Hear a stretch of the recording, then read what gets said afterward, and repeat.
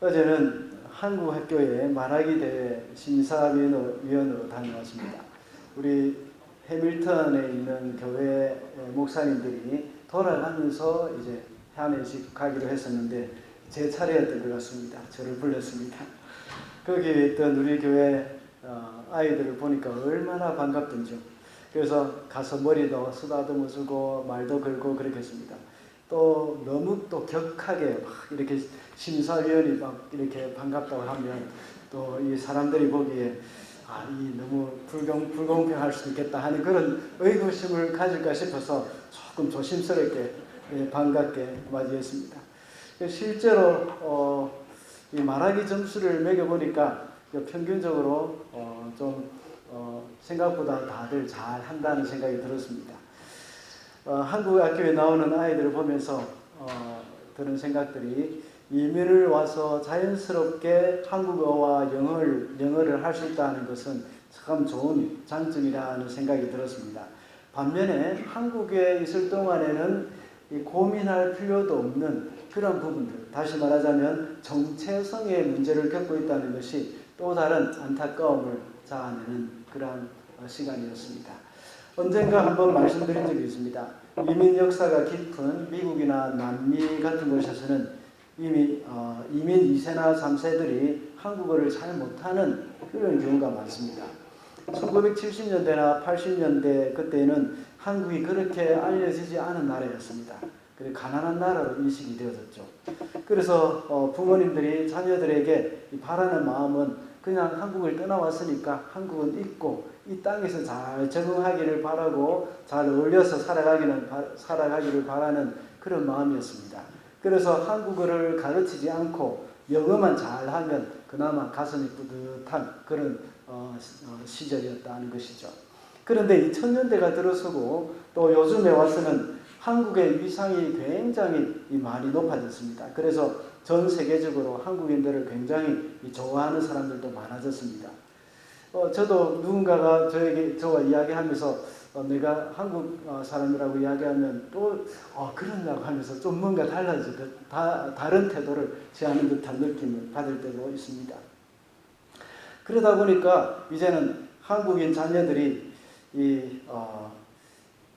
자신들이 이 한국어 잘 못하는 것에 대해서 부모님들을 좀 원망하기 시작했습니다. 기업체도 이제 한국어 잘하는 사람을 찾기도 하고 그러니까 왜 나에게 어릴 때 한국어를 가르치지 않았냐고 그렇게 원망하는 부분도 있습니다. 또 아이러니하게도 세계적으로 좋지 못한 어떤 사건이 터질 때마다 한국의 위상이 자꾸 올라가는 그런 부분도 있습니다. 안타까운 사건들이긴 하지만 이 코로나19가 터질 때 K-방역이 이렇게 떴지 않습니까? 인정받았습니다. 또 이제는 우크라이나 전쟁이 터지니까 K-방역뿐만 아니라 K-방위산업 이것이 아주 인기가 높아져가지고 많은 나라에서 대한민국의 무기를 막 사려고 이렇게 줄을 서는 그런 부분도 있었습니다. 이제 한국인이면서 한국말을 잘 못한다는 것은 조금 부끄러운 일이 되어버렸습니다. 이렇게 이민 생활을 하는 사람들은 이 두 나라의 국적을 가지면서 언어의 갈등이 있는 경우가 참 많습니다. 언어의 갈등은 자연스럽게 정체성의 갈등과도 연결이 되죠. 그리스도인들은 이중국적을 가진 자입니다. 지난 수요일 날 코스타에서 강사님이 말씀하실 때 우리는 이방인이라고 말을 했습니다. 본래 우리의 고향은 천국입니다. 천국이 본국이고 이 세상이 바로 이민 온 나라라고 볼 수 있습니다. 여기서 우리는 분명한 우리의 정체성을 가져야 합니다. 이 정체성을 가지기 위해서는 하나님의 말씀을 알아야 합니다. 그 말씀을 따라 살아야 한다는 것이죠. 마치 한국인이 한국어를 알아야 하는 것과 같이 천국의 백성은 하나님의 말씀을 알아야 합니다. 그래서 부활이 없다고 하는 그런 사두개인들에게 예수님께서 오늘 본문 29절의 말씀을 하고 계십니다. 제가 읽어보겠습니다. 예수께서 그들에게 대답하셨다. 너희는 성경도 모르고 하나님의 능력도 모르기 때문에 잘못 생각하고 있다. 이 하나님의 말씀인 성경은 하나님의 나라 백성이 이 땅에서 어떻게 살아야 하는지에 대해서 잘 가르쳐주고 있습니다. 지난 주일에 살펴본 말씀에서 예수님은 천국은 어떤 곳인지 계속해서 설명해 주셨습니다. 예수님은 하늘나라는 자기 아들의 혼인잔치를 베푼 어떤 임금과 같다 하고 말씀하셨습니다. 오늘 본문에서는 하나님의 나라 백성들이 이 세상에서 어떻게 살아야 하는지를 말씀해 주고 있습니다. 그래서 오늘은 이 두 나라에 속한 사람이라고 제목을 잡아봤습니다. 첫째로 하나님 나라 백성은 위선을 버려야 합니다. 16절 말씀입니다. 그런 다음에 그들은 자기네 제자들을 헤롯 당원들과 함께 예수께 보내어 이렇게 묻게 하였다. 선생님, 우리는 선생님이 진실한 분이시고 하나님의 길을 참되게 가르치시며 아무에게도 매이지 않으시는 줄 압니다. 선생님은 하나님의 겉모습을 사람의 겉모습을 따지지 않으십니다. 지난 주일에 말씀을 나눈 왕의 아들의 혼인잔치에서 예복을 입지 않아서 쫓겨난 사람이 이야기를 마쳤을 때였습니다. 그럴 때에 바리새파 사람들이 서로 의논을 했습니다. 어떻게 하면 말로 트집을 잡아서 이 예수를 올무에 걸리게 할까 하는 그런 의논이었습니다. 그래서 바리새인들은 자기들의 제자들을 이 헤롯 당원들과 함께 예수님께 보냈습니다. 헤롯 당원과 바리새인 이 조합은 어울릴 수 없는 조합입니다. 헤롯 당은 이 로마에 아첨하여서 그들의 기득권을 차지하는 그런 무리들입니다. 그래서 이 사람들 중에서 세리가 많고 그리고 로마에 세금을 낼 것을 많이 강조한 사람들입니다. 그런데 바리새파들은 유대인들에게 존경을 받는 종교 지도자들이었습니다. 그래서 민족의 자존심을 아주 많이 강조해 왔습니다. 선민사상으로 로마의 이 식민지로 사는 것은 아주 큰 수치로 생각하고 있었습니다. 그러니까 로마에 세금을 내는 것을 반대한 사람들이죠. 세리들을 무시하고 또 동족의 피를 빨아먹는 그런 사람들이라고 생각하면서 아주 큰 죄인으로 취급했습니다. 그러나 그들은 예수님을 해롭게 하기 위해서는 함께 협력을 하고 있습니다. 로마의 세금 징수를 반대하는 이 바리새인이었습니다. 그들이 자기들의 제자들을 로마의 통치를 옹호하고 세금을 걷는 헤롯 당원들과 함께 예수님께 보냈다는 사실. 이게 참 아이러니하지만 그들은 참 여러 가지로 예수님을 대적하기 위해서는 이런 야합도 한다는 것입니다. 이것은 납세에 대한 분명한 입장 차이를 가지고 있는 두 그룹을 보내서 어느 쪽 한쪽으로 대답하기가 참 곤란하게 만들어 버렸던 겁니다. 그래서 황제에게 세금을 바치는 것이 옳습니까? 옳지 않습니까? 하고 물었습니다.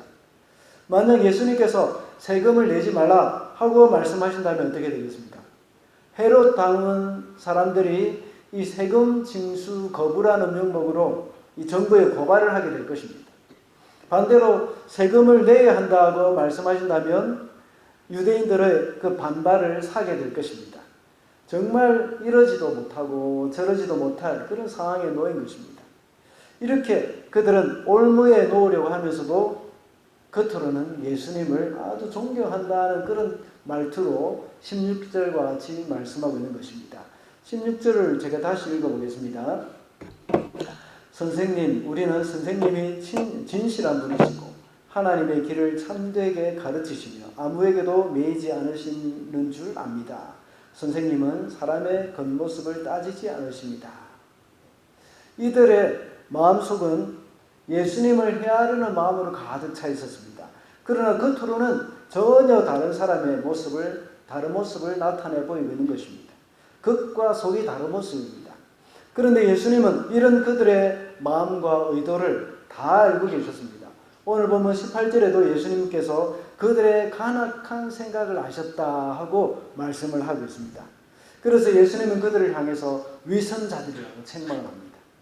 이런 마음과 행동은 하나님의 나라의 올바른 그런 모습이 아닙니다. 하나님의 백성은 겉과 속이 같아야 합니다. 사람들은 겉과 속이 같은 사람을 무슨 과일의 비유를 하고 있습니까? 사과의 비유를 합니다. 사과는 껍질은 붉은색인데 이 속은 흰색 또는 노란색이지 않습니까? 그렇다면 겉과 속이 같은 그런 과일은 어떤 것입니까?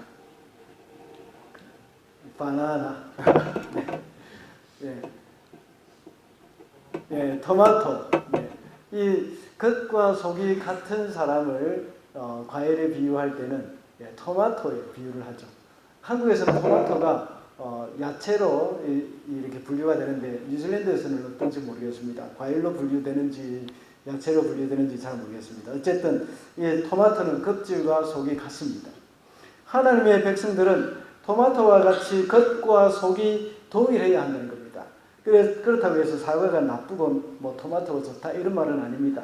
단순히 색깔만 가지고 말씀을 드리는 겁니다. 저도 사과를 많이 먹는 사람입니다. 성도는 겉과 속이 다른 위선적인 삶을 버려야 한다는 말입니다. 이렇게 위선적인 삶을 사는 이유가 뭐겠습니까? 하나님 앞에서의 삶, 그것을 살지 않기 때문입니다. 사람을 두려워하고 사람에게 인정받으려고 할 때에는 위선적인 삶을 살게 됩니다. 이러한 위선적인 삶의 태도에 사람들은 쉽게 넘어가지만 주님은 결코 속아 넘어가지 않습니다. 우리의 마음을 잘 알고 계십니다. 그래서 오늘 본문에서는 예수님께서 그들의 마음을 다 아시고 위선자라고 책망하십니다. 위선자라는 말이 무슨 말입니까? 헬라에서는 연극하는 사람이라는 것입니다. 연기를 한다는 뜻입니다. 본래 자신의 모습이 아니라 극중의 인물이라는 것입니다. 우리는 주님 앞에서 아무것도 감출 수가 없습니다. 주님 앞에서 우리의 있는 모습 그대로 다 내어놔야 합니다. 어제 한국 학교에서 이 말하기 대회 발표를 하는 어린이 중에 아주 특별한 어린이를 한 명 봤습니다. 그 아이는 이 토요일 아침이라는 제목으로 발표를 했습니다. 소리가 너무 작아서 정확하게 잘 들리지는 않았습니다. 너무 자신감이 없이 이야기를 하기도 했고 그랬습니다. 내용은 대충 알아듣기는 했습니다. 그 아이는 한국 학교에 가야 하는 그 토요일 아침이 너무 싫다고 했습니다. 왜냐하면 한국말을 잘 못하기 때문입니다. 그래서 아직도 그렇다는 것을 정말 솔직하게 말을 하는 것을 보면서 저는 감동을 받았습니다. 어떻습니까? 한국 학교에서 발표를 한다면 토요일 아침이 너무 기뻐요. 너무 토요일 아침이 기다려져요. 왜냐하면 한국 학교 가는 것이 즐겁기 때문이죠. 하고 말을 해야 되지 않습니까? 그죠? 그런데 이 어린이는 한국 학교에 가야 하는 토요일 아침이 너무 싫다고 말을 했습니다. 이런 말을 하면 한국 학교 선생님들이나 부모님들이 썩 좋아하지는 않을 것입니다. 그리고 또 심사위원도 좋은 점수를 안 줄 수도 있을 것입니다. 그 어린이가 그것을 알았든지 몰랐든지 그저 솔직한 내용 또 솔직한 감정 표현 이것이 정말 고맙다 하는 그런 생각이 저에게 들었습니다. 그런데 우리도 역시 주님 앞에서 우리의 솔직한 마음을 내어놓을 때에 하나님은 정말 기뻐하실 것이라는 생각이 듭니다. 우리의 부족함과 연약함도 말씀드리고 우리가 지은 죄도 솔직하게 말씀드려야 합니다. 하나님은 그것을 기뻐하십니다. 그러므로 하나님 나라의 백성은 위선을 버리고 변화된 마음의 변화가 일어난 사람으로서 겉으로 드러나는 삶과 우리의 마음의 태도가 동일해야 한다는 것입니다. 둘째로 하나님 나라 백성은 조화를 이루며 살아야 합니다. 21절입니다. 그들이 대답하였다. 황제의 것입니다. 그때 예수께서 그들에게 말씀하셨다. 그렇다면 황제의 것은 황제에게 돌려주고 하나님의 것은 하나님께 돌려드려라. 가이사에게 세금을 바쳐야 하는지 말아야 하는지 질문에 대해서 예수님께서는 먼저 그들이 사용하고 있는 동전을 가져와 보라고 말씀하셨습니다. 거기에 누구의 형상과 누구의 글이 있는지 물으셨습니다. 가이사의 것입니다 라고 대답을 했습니다. 그러자 예수님은 방금 읽은 21절과 같이 아주 지혜로운 대답을 하셨습니다. 그렇다면 가이사의 것은 황제의 것은 황제에게 돌려주고 하나님의 것은 하나님께 돌려드리라고 대답을 하셨습니다. 당시에 유대인들이 사용하던 화폐, 이것은 로마의 화폐였습니다. 거기에 황제의 얼굴이 새겨져 있었습니다. 그리고 동전의 그 앞면에는 존엄한 아우구스투스 아들인 티베리우스 케사르, 즉 아우구스투스라고 적혀 있습니다. 이 예수님 당시에 로마의 통치자는 티베리우스 케사르였습니다. 그 사람을 가리켜서 그 사람의 형상을 동전에 새겨놓은 것입니다. 유대인들은 십계명에 아주 이렇게 아무 형상을 만들면 안 된다고 하나님께서 말씀하신 것을 철저히 지키기를 원했습니다. 그렇기 때문에 이렇게 사람의 형상과 이름이 이 로마 화폐에 새겨져 있다는 것은 그들은 자존심이 상했던 겁니다. 이것을 하나님의 성전에 가서 성전세를 내는데 사용할 수가 없었던 겁니다. 그래서 그들은 성전을 위해서, 성전에서 내는 세금을 위해서 성전 세계를 따로 만들었습니다. 그래서 우리가 몇 주 전에 살펴본 것처럼 사람들은 성전에서 제사를 드리러 올 때에 로마 화폐를 가지고 와서 그 성전 세계로 바꾸었다고 말씀을 드렸습니다. 그래서 돈 바꾸는 자도 예수님께서 다 내어 쫓으셨다고 말씀하고 있습니다. 오늘날도 이스라엘의 화폐 단위는 세겔입니다. 세겔. 그래서 예수님은 황제의 것은 황제에게, 하나님의 것은 하나님께 드려라고 대답하신 것입니다. 이 대답은 중요한 원리가 있습니다. 이 말씀은 바로 우리 그리스도인에게 천국에 속한 삶을 살고 있지만 우리가 몸을 담고 있는 이 땅에서의 삶에 대해서도 그 의무를 다해야 한다는 그런 교훈을 주고 있습니다. 예수님은 세상의 왕의 권한을 인정했습니다. 그래서 로마의 통치를 받는 사람은 로마 황제에게 세금을 내는 것이 합당하다는 것을 여기서 말씀하고 있는 것입니다. 그래서 이 세상의 국가에 세금을 내면서 사회의 일원으로 의무를 다하는 그런 삶을 살아야 한다는 것입니다. 그래서 나라의 법과 질서를 존중하면서 지켜야 하고 학교 생활이나 직장 생활도 역시 해야 합니다. 그러면서 우리는 또 신앙생활도 해야 되죠. 신앙생활 하면서 늘 주일날 되면 하나님 앞에 나와서 예배하고 헌금을 하고 11조를 하는 것입니다. 하나님은 이 세상의 왕이나 이 세상의 통치자들에게 권력을 허락하셨습니다. 예수님은 그 권력도 역시 하나님이 주신 것이라고 말씀하셨습니다. 그래서 로마서 13장 7절에 이렇게 말씀하셨습니다. 모든 자에게 줄 것을 주되 조세를 받을 자에게 조세를 바치고 관세를 받을 자에게 관세를 바치고 두려워할 자를 두려워하며 존경할 자를 존경하라고 말씀하셨습니다. 가끔씩 제가 말씀드린 적이 있습니다. 그렇지만 다시 한번 말씀을 드리겠습니다. 아마 앞으로도 말씀드릴 수도 있을 것입니다. 이것은 굉장히 중요한 부분입니다. 우리 성도들은 정치적으로 철저하게 중립적이어야 합니다. 특히 이 특정 정당을 무조건 지지하거나 반대한다는 것은 옳지 않습니다. 또한 특정 정치인도 무조건 지지하거나 반대해서도 안 됩니다. 특정 정당이 아무리 잘한다고 하더라도 비성경적인 정책이 있습니다. 그리고 반대로 특정 정당이 아무리 못한다고 하더라도 또 성경적인 정책이 있을 수 있기 때문입니다. 정치인도 마찬가지입니다. 사람들은 정치인이나 특정 정당을 무조건 지지하거나 또는 무조건 반대하는 경향이 있습니다. 우리 성도들은 사람을 지지하거나 사람을 반대해서는 안 됩니다. 그 정당의 이 정치인의 정책을 봐야 합니다. 정책을 보면서 그 정책에 동의하느냐 하지 않느냐를 결정을 해야 합니다. 만약에 정책이 성경적이지 않다면 그 정책을 반대해야 하고 정책이 올바르다면 그것을 지지해야 하는 겁니다. 그래서 오늘날 한국교회에 존경받는 몇몇 목사님들 중에서는 국회 앞에서 1인 시위를 하는 분도 있었습니다. 그것은 정당을 지지하거나 반대하거나 또는 어떤 국회의원을 지지하거나 반대하기 위해서가 아니었습니다. 포괄적 차별금지법이라는 정책, 그것을 반대하기 위해 있는 것입니다. 정당 자체나 정치인 자체는 완벽하지 않기 때문입니다. 그런데 많은 사람들은 심지어 그리스도인들조차도 특정 정당에 또는 특정 정치인에 대해서 무조건 지지하는 그런 경향이 많습니다. 이러다 보니 정치가 신앙보다 더 위에 있는 것 같다는 생각이 들 정도입니다. 심각한 일입니다. 성도는 일상일에 너무 빠져서 휩쓸려 버리면 안 됩니다. 너무 우리가 어떤 특정 정당을 지지하다가 사람을 잃어버리면 안 됩니다. 이 특정 정치인을 지지하다가 그 정치인을 반대하는 그 사람을 또 우리는 잃어버릴 수도 있습니다. 그게 무슨 말인지 알겠습니까? 그것 사람을 지지하거나 정당을 지지하는 것이 아니라 우리는 정책 그 자체를 살펴야 하는 겁니다.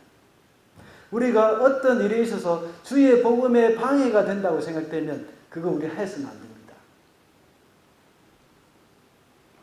제가 알고 있는 기독교 단체는 오늘날도 지나치게 정치 편향적인 부분이 있습니다. 심지어 목사님들조차도 정치 편향적인 분들을 봤습니다. 그러다 보니까 객관적인 시각이 없어져 버립니다. 과거에 YS 시절, DJ 시절 있었죠. 우리 젊은 사람들은 잘 모를 수도 있겠는데 YS, DJ, 그것은 과거에 대한민국의 민주화를 이끌었던 전직 대통령의 그 영문 약자를 따서 그렇게 불렀습니다. 옛날에. 그래서 YS가 와서 연설을 한다고 하면 목사님들도 막 우르르 가서 그 사람들의 이름을 부르면서 막 이렇게 소리 지르며 지지를 외쳤습니다. 또 반대로 또 DJ가 와서 연설한다고 하면 또 그쪽으로 또 사람들이 막 몰려가가지고 그 사람의 이름을 외치면서 지지하는 것을 보았습니다. 옳지 않습니다. 우리는 이 세상에 살고 있지만 거기에 동화되거나 휩쓸려서는 안 됩니다. 항상 객관적인 시각을 유지할 수 있도록 우리는 항상 노력을 해야 합니다. 그래서 투표할 때도 정책을 잘 따져보고 그나마 성경적인 것에 가깝다고 생각되는 곳에 투표를 해야 합니다. 특정 정당의 정책이 모든 것이 성경적이지는 않을 것입니다. 그렇다고 해서 투표를 포기하기보다는 그나마 성경에 가까운 정책을 내놓는 그런 정당이나 사람이 어디인지 살펴보고 투표를 해야 하는 겁니다. 또한 우리는 이 세상에 대해서 방관자로 살아서도 안 됩니다. 그리스도인들은 여기에 적극적으로 참여를 해야 합니다. 성도들 중에 정치가가 나와야 합니다. 그래서 정말 올바른 정책을 내놓아야 합니다. 이 세상을 바르게 이끌어가기 위해서 노력을 해야 합니다. 그러면서 하나님의 백성으로서 말씀을 배우고 기도 생활을 하며 주일 성수도 하면서 말씀대로 살아야 합니다. 성경을 알아야 올바른 정책이 무엇인지 알 수 있습니다. 그리고 그리스도인으로서 세상을 어떻게 변화시켜야 할 것인지도 성경을 통해서 우리는 알 수가 있는 겁니다. 우리 그리스도인들은 세상 권력의 명령과 하나님의 명령이 서로 충돌될 때에 어떻게 해야 하겠습니까? 세상의 명령을 거부하고 하나님의 명령을 따라야 하는 사람들입니다. 그래서 때로는 많은 희생이 있을 수도 있습니다. 러시아의 기독교, 러시아 정교 아시죠?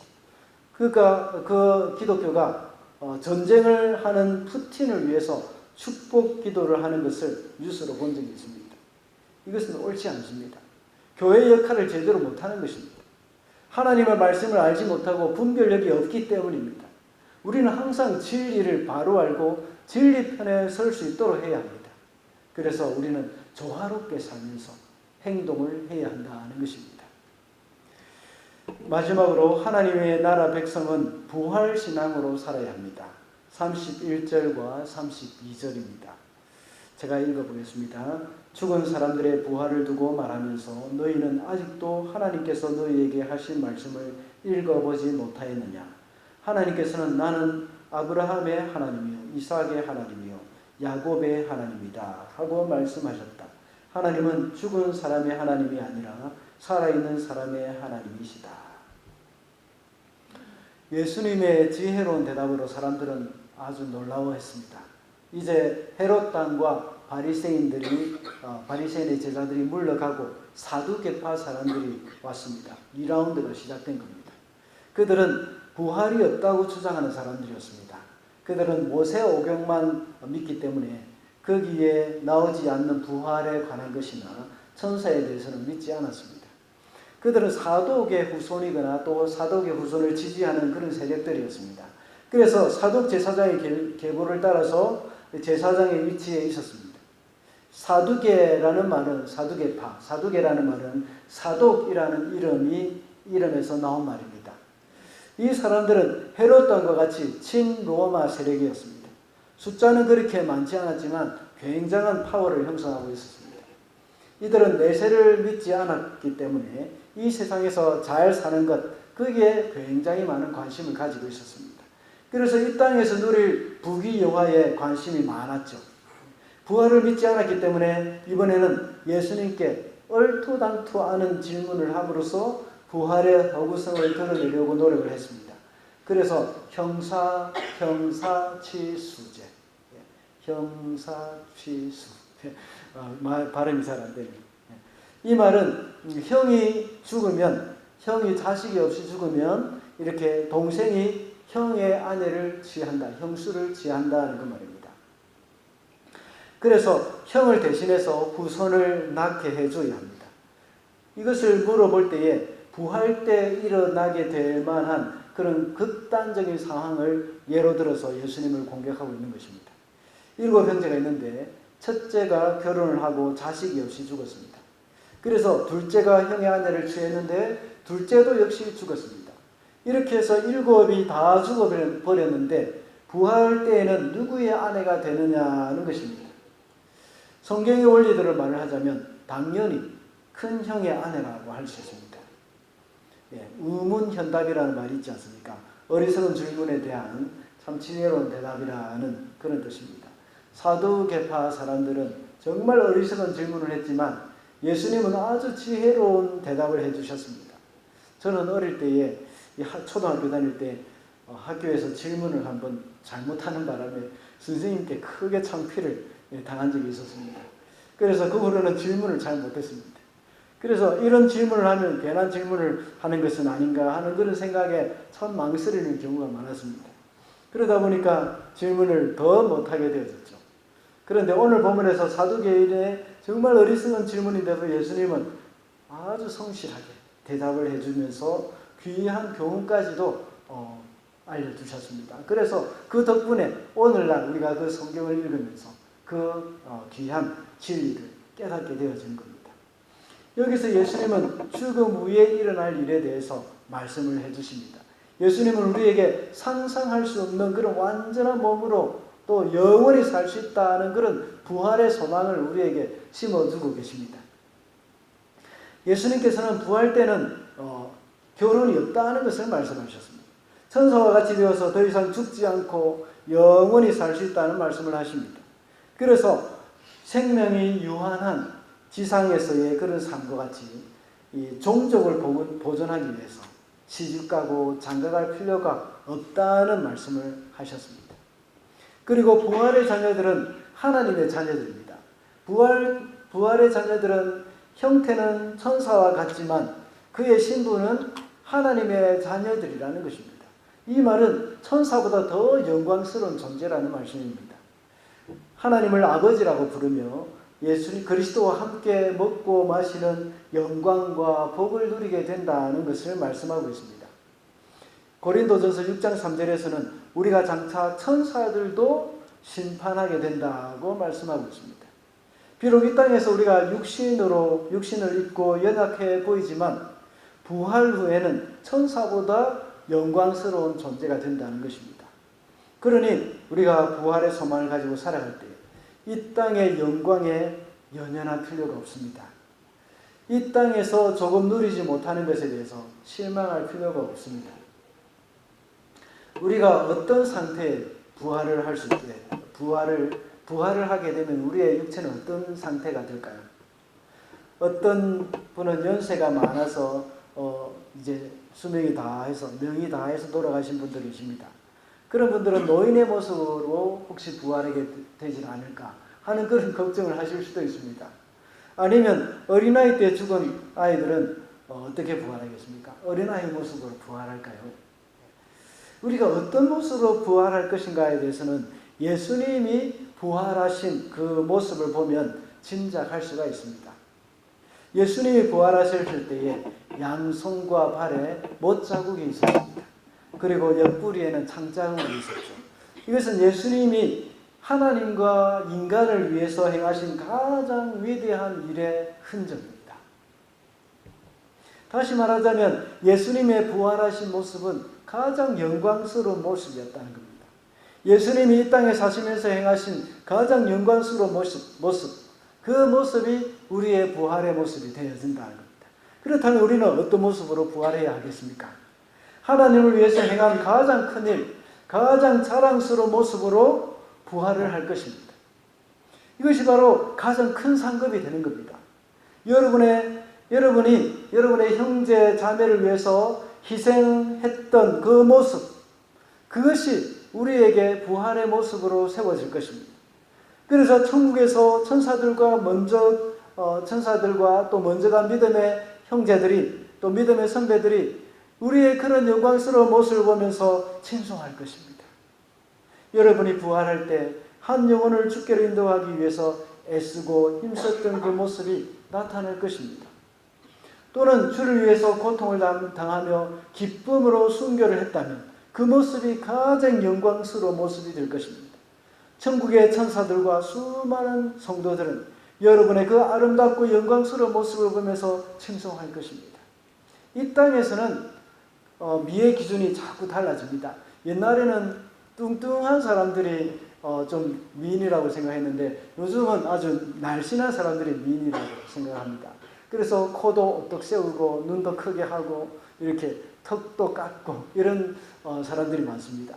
그러나 천국에서는 그 미의 기준이, 아름다움의 기준이 다릅니다. 천국에서는 우리의 가장 이 땅에서 하나님 앞에 헌신했던 그 모습, 그것이 천국에서 해같이 빛나게 될 것입니다.